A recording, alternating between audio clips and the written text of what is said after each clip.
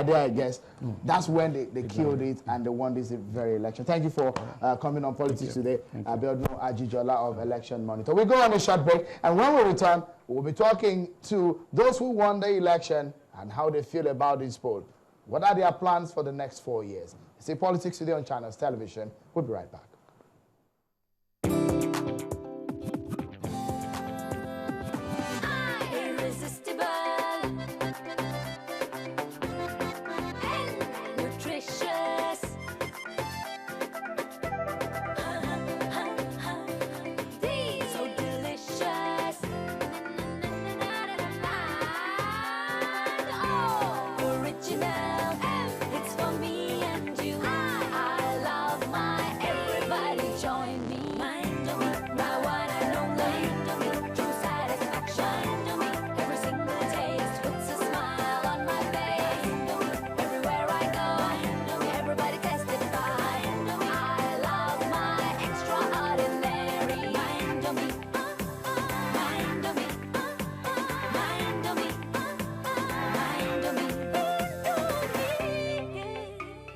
Indomie noodles, tasty nutrition, good for you.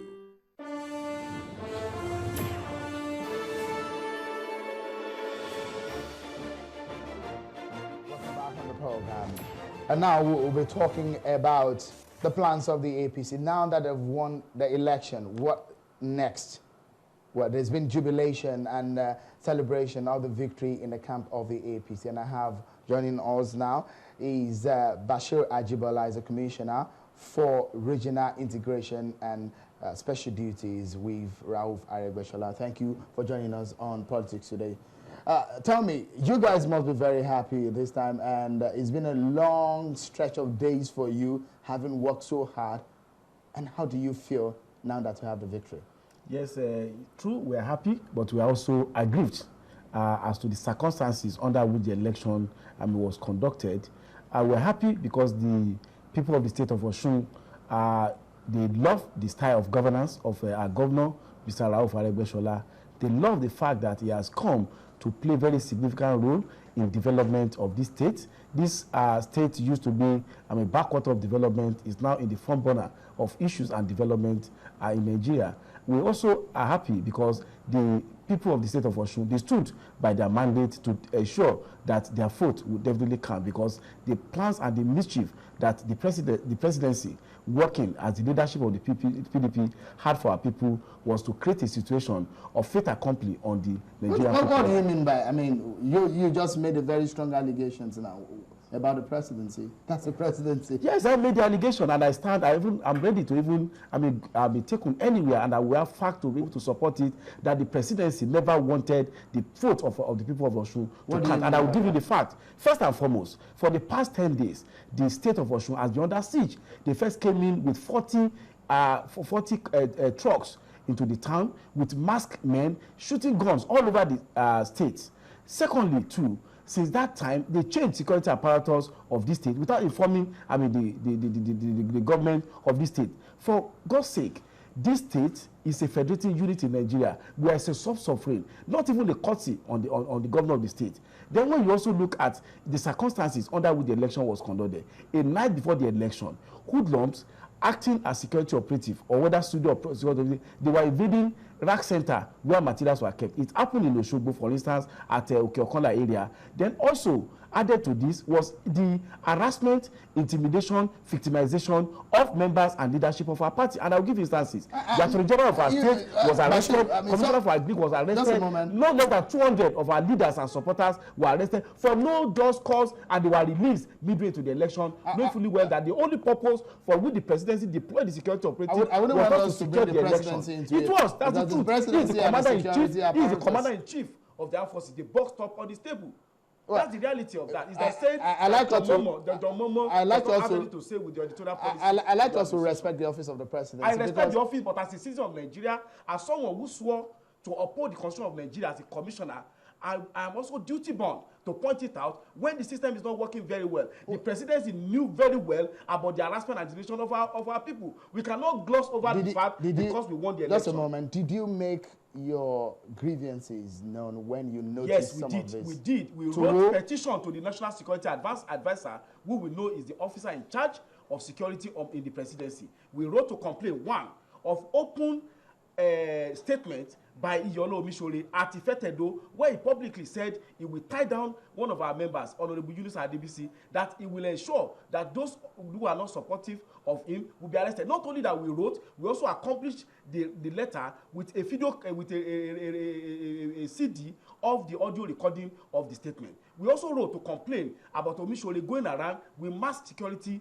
operative. We wrote to complain of the manner in which Omishore was conducting his electoral campaign, blocking the road, creating hardship on the people, and even people getting killed during the course of the campaign. Nothing, absolutely nothing was done by the presidency. So when I say maybe this, I'm not saying it frivolously. I'm saying it with all sense of responsibility as someone who swore to uphold the constitution of Nigeria and to speak the truth without fear or favor. All right, interesting. You talked about what you noticed about the issue of security, but a lot of people have praised the security operatives of how they conducted themselves. My guest just told me now that they were professional on the day of the election. Shehu, what is professional about arrest of 200 of APC supporters? It's not what is done at polling unit that goes to election. Democratic contest, let us contextualize my discussion, has to do with the free will of the people to choose who they like to lead them.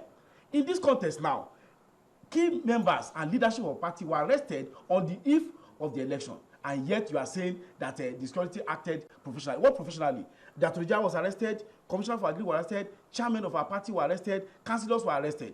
Did they charge them for any offense? Did they accuse of that? Are these people still arrested? They were now released shortly after the election. So the only purpose that they were arrested was to prevent them from mobilizing for the governor, from participating in the election, and from ensuring that their will is expressing the mandate. Even myself, I was practically placed under siege. The state of Osun was under siege by security operative for the election. That's what they did in the election. All right, let's look at some other issues apart from security. Of course, you've won the election now. A big lesson from this very conduct, we want to make Nigerians understand the fact that as we go into 2015, what INEC has done, how would you assess the performance of INEC in this election? I must say that in terms of its logistic development, in terms of their approach to the election, they have become much better. But the danger to democracy now appears not to be INEC, but in turning security apparatus to be a department in the PDP electioneering plan. And if you continue in this way, we are just sliding towards fascism. Fascism, when it leads to anarchy, myself, yourself, Shehu, and all of us will not be able to say what we are saying now. Okay. We will not be able to live our own life. Your candidate came out with some game plan in this election, and I'd like to ask you, how did you win this election? What was your strategy like? Our strategy is to rely on the goodwill that Mr. Governor had built with the people of the state of Osun.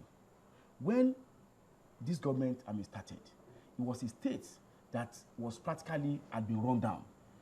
We had to borrow money even to run administration.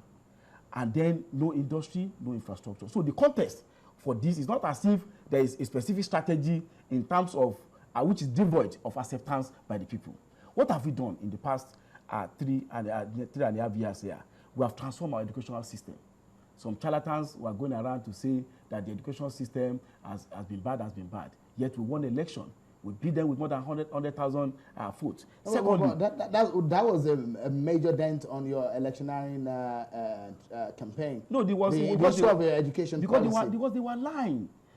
Parents, 203,000 students that were eating in these schools. Do they have parents? Would they not vote for continuity of the government? Secondly, too, these people predicated their own campaign. So, sorry, just before you go on, so you mean that the people of Osun State, the policy on education is popular with the people of Osun State? Very, very, very popular with the people of the state of Osun. Secondly, even with those who are aggrieved that their schools have been scrapped, nobody, and the pride of my alma mater has been removed. That kind of pride. Those people that talk about school being taken away. 1975, an edit was made in the western region, in Oyo State. It was that edit that took away all schools to become public school, not Rauf Aregbesola. But those schools that were talking about pride of their alma mater, those people, did they go to the alma mater and saw the decay that was there?